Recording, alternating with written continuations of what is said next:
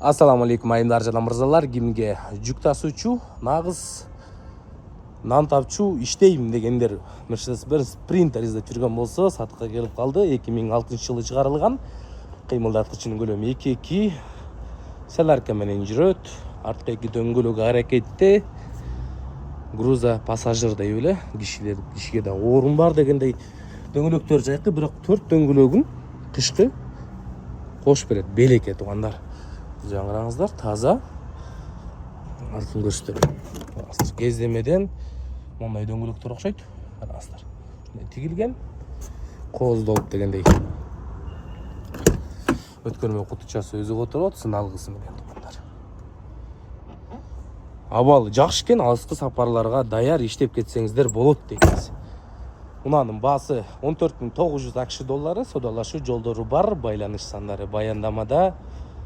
Уна Борбор калада.